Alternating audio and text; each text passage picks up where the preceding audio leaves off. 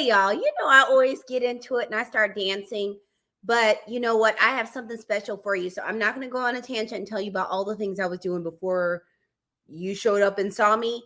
We're going to get straight to it. So you're going to want to lean in, listen in. You're going to want to hear this and stay for the entire time.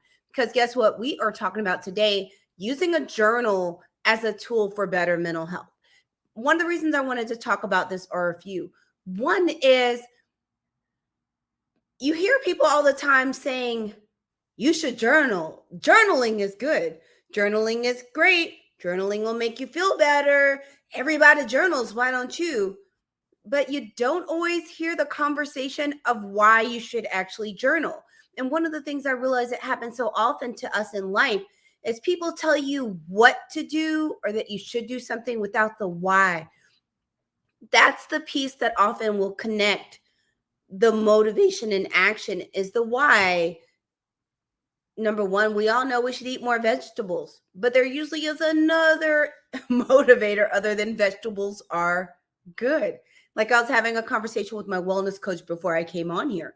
We were talking about this air fryer cauliflower steak recipe. Do I eat it because cauliflower is great for me? It's nice, but the main reason I eat it is it's freaking yummy.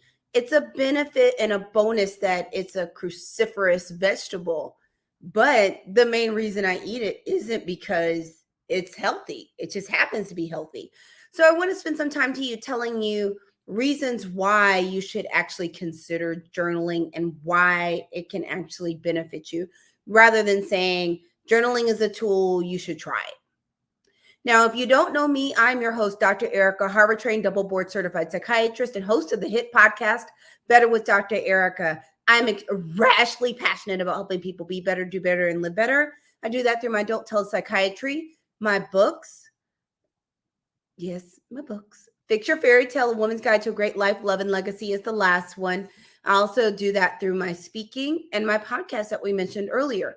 I do all of that to help busy people like you that pour into everyone. You show up for work, you show up for your friends, you show up for your family, you even show up for your community, but you know who you often don't show up for?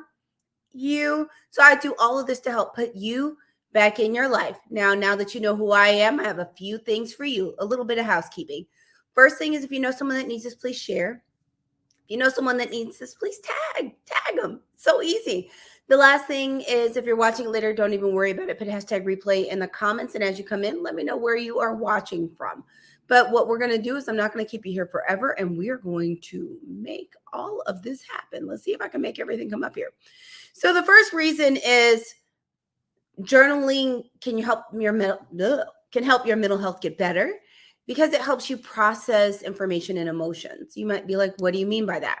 Well, there are times where, you know how sometimes you're trying to think something out and writing it out or talking to someone helps you understand the idea better or figure out what you're thinking and what you're feeling. So the good thing about journaling is it's also a process tool because you're writing out your thoughts and your emotions. You can get them out and figure out what you're thinking. And sometimes it's just kind of writing it out, and that just gets you able to kind of move through the process of processing, where you may start with, this is how I'm feeling, this is why I'm feeling, and blah, blah, blah. And you just keep going and going and going in a free form. And then you get to something that actually really makes you feel like you actually dealt with something. And one of the reasons why this is so important is there was a study in 2006. And as you know, data lags behind. And, I don't think journaling is as sexy to some people. So a lot of the data isn't super new. But they had one that showed that for some young adults, that journaling was as helpful as cognitive behavioral therapy when preventing depression. Now, I know I need to see those numbers a little bit more because CBT is some really good stuff. But the main message from that is that it can actually be a helpful tool, and it's a tool that you can use on your own too.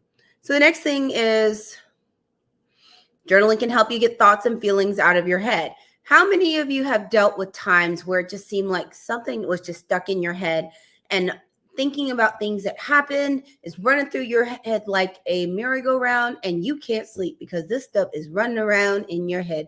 You are turning over an event. You're turning over how you wish you had done it, what you wish you said, or frustration, Or all of these things just keep going over and over in your head. There's a term that we use sometimes in mental health. We'll call it doing a brain dump. So we may tell someone to, it's one of the strategies we use by saying, why don't you journal at the end of the day? And you're literally, a lot of times, it's not even just guided journaling or using a prompt or anything like that. It's like, dump out whatever you're thinking. The reason why you're dumping it out is literally so that stuff isn't sitting in your brain, marinating and turning over, impacting your sleep by either keeping you from sleeping or just significantly impacting what you're subconsciously processing in your dreams. So a lot of times we'll talk about kind of doing a brain dump and just getting it out. But the one thing about that is we also talk about ways to complete stress cycles and those kinds of things. And sometimes it's literally just getting those thoughts and those things out of your head. And the thing I love about it, there's not a perfect way to do it. You don't have to write it a specific kind of way. It does not have to seem like an artistic thing that happened or that you wrote an entire sonnet. You don't have to do all that. That is not necessary. The main thing is you are just getting your thoughts out, you know? Let's make it happen. The next thing is it allows you to see patterns. So there are a couple of different ways you can use a journal. One is literally just the benefits of writing stuff out. The other thing is sometimes people will reflect on what they wrote or look at it later or even look at a day back or compare night and morning or anything like that. And one of the things is as you write, you get to see patterns. And this even happens. I actually was on a launch today for a good friend of mine had a journal called the Daybreakers Journal. Best journal ever. I totally love it. And what I love about this journal and numerous different types of journals and planners is you can start comparing what your intentions are, what your priorities are with what you're doing. And to me, that's just one way to see patterns. And you can see the pattern of, hey, am I doing these kinds of tasks and avoiding these tasks? Am I doing these things that aren't aligned with my goals? Am I not?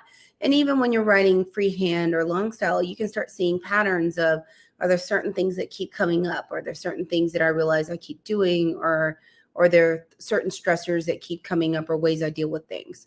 So the great thing is just by writing it out and using a journal, you're allowed to see patterns. The next is, how many times have you had a conversation with someone and you've been thinking about something forever, but just saying out loud gave you clarity and you could figure things out? The good thing about journaling is you can get some of the same benefit as you if you were talking to someone, but this way you're not necessarily dependent on the other person all the time. So sometimes you get clarity by actually working through and processing something. Sometimes you get clarity by being able to do those comparisons and seeing if things are aligned. Sometimes you're also getting clarity because of just getting things out. And sometimes you're getting clarity because you start seeing your patterns. But the one thing it does is give you some more clarity about your emotions, your thoughts, feelings, and actions. So it's a great tool for that. Now, one of the reasons we also think it's great is, I had to throw a little statistics in there. I'm a little doctor, something. And there was a study that looked at third year med students and it had them do daily reflection journaling. And what they noticed was that by doing that, they actually had better memory. They had felt like they had better self-awareness. They felt like they retained information better. So the other thing great about it is journaling can also improve cognitive clarity and just make you make your brain work a little bit better, which is excellent.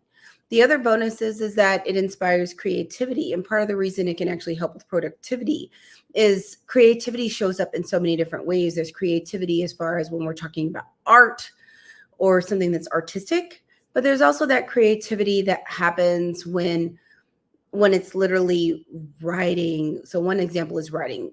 And I talk about this sometimes with my coach, is that I'll be thinking about, I need to write emails or maybe write some copy, but I need to be in a certain creative space to do it. And this kind of helps get that creativity moving. But creativity can also be related to problem solving and coming up with innovative solutions. So this can also help with that. So I just wanted to just have a moment to talk about why it matters. And also, another statistic is that there was some research that showed that the act of writing and revisiting things, such as in daily reflection or reflection in general, can lead to a 42% increase in likelihood of reaching and completing a goal. And most of the things we're doing, this culture in general, it's task driven, it's goal driven, and we have personal and professional goals. And just the idea that there's a tool that can help you reach those. And to me, the end goal of all of this is to be the best version of that you can be, and to be helpful, to be healthy, and to live in your purpose. And I want you to be able to do that. So the more you reach all of those goals, including your personal goals, the better a place that puts you. So that's what I got for you. So thank you for coming in. If you know someone that needs this, please tag them. If you know someone that needs this, please share. And also, if you're coming in late, just let me know where you're watching from. And also feel free to go back and just put #replay in the comments. Just let me know.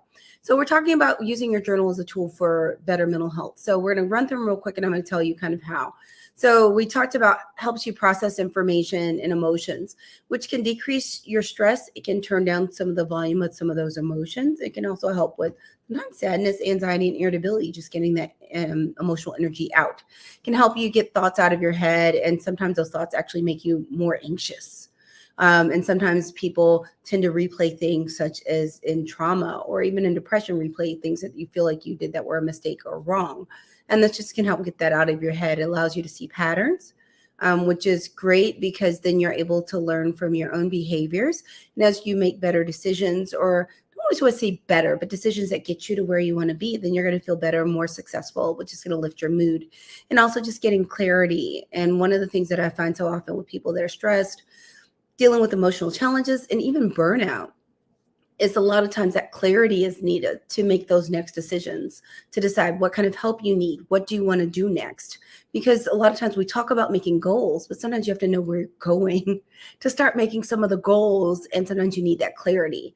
So that's what I got for you tonight. Thank you so much for tuning in. I just really appreciate it. Thanks for showing up for yourself. I'm sending you a little love.